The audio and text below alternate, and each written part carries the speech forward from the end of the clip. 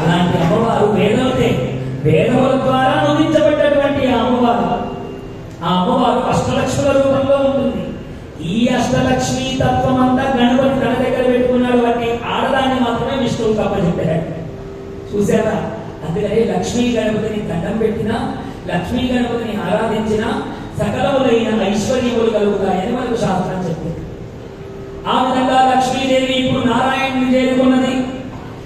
చేరుకోగానే మళ్ళీ వీళ్ళు చిలకడం ప్రారంభిస్తూ ఉన్నారు. క్షీరసాగరాన్ని ఇంకా ఉత్సాహంతో ఇప్పుడు లక్ష్మీదేవి వచ్చిందంటే ఇంకా ఏదో రాబోతుందిరా అని మళ్ళీ మొదలు పెట్టారు. అహో అహో అహో అహో అహో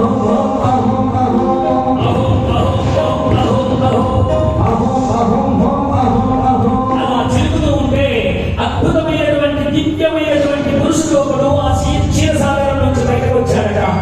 ఆయనకు పొడవైనటువంటి రాజానుబాహులు ఉన్నటువంటి చేతులు ఉన్నాయట. శంఖము వంటి మెడను కలిగి ఉన్నాడట. ఎర్రని కళ్ళు, నల్లని మేలి ఛాయతో యవ్వనంలో ఉన్నటువంటి అద్భుతమైనటువంటి ఒక యువకుడు బయటకు వచ్చాడట. మెడలో వనమాలను ధరించి ఉన్నాడట. ఒంటి నిండా ఆభరణములు ఉన్నాయట. పచ్చని పట్టు వస్త్రములు ధరించి ఉన్నాడట. వెంట్రుకలను చూస్తే వంకీలు వంకీలు తిరిగినటువంటి వెంట్రుకలు ఉన్నాయట. అమితమైనటువంటి పరాక్రమవంతుడిగా సాక్షాత్తు విష్ణు వంశ నుండి ఉద్భవించిన అమృత కలశహస్తుడై ధన్వంతరి ఉద్భవించే. అమృత కలశాన్ని చేతిలో పట్టుకొని ధన్వంతరి ఉద్భవించాడట.